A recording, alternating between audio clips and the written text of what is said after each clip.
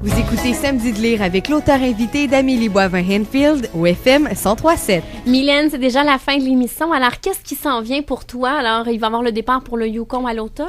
Oui.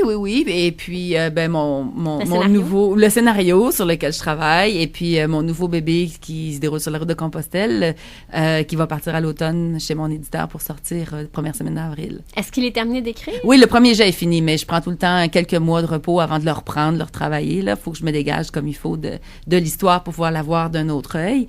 Alors, je laisse souvent reposer 2 mois. Là, il va avoir fait 3 mois parce que je pars au Yukon, mais je vais le reprendre juste en revenant. Et c'est ça. À part ça, je suis dans le scénario.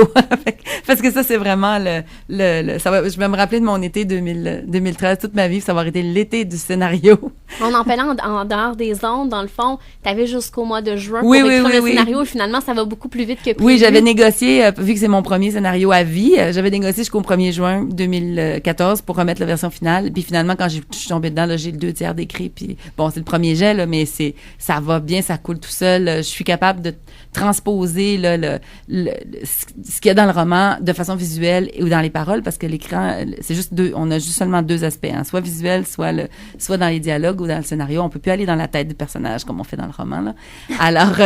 Alors, mais ça, j'ai vraiment beaucoup de plaisir à faire la transposition. Puis j'ai pas de misère à changer mon histoire, changer les éléments de l'histoire qui passeront pas au cinéma. Je le vois tout seul. Non, ça, je le sais que ça passera pas. Je suis capable de trouver un substitut pour garder le même fil quand même. Là. Tu sais, je garde quand même le même squelette, mais disons que des fois, je change des pièces d'os quelque part dans le milieu. Est-ce que tu auras ton mot à dire sur le choix des comédiens pour les personnages? C'est drôle, ça. Tout le monde me pose cette question-là. Mais c'est très gênant, c'est très embarrassant de vous dire que c'est parce que comme j'ai pas de télé, je les connais pas, les comédiens. Alors...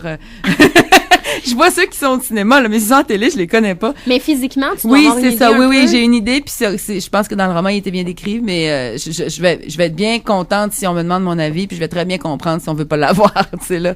Je pense que chaque personne a son travail à faire dans ce milieu-là pour que le film soit un succès. Alors, il y a des gens qui s'occupent du casting, puis je leur fais tout à fait confiance. Moi, je suis déjà comblée qu'on m'a demandé d'écrire le scénario. Merci beaucoup, Mylène, d'être venue en studio. Merci à toi, c'était vraiment intéressant. Très, très hâte de voir tout ça.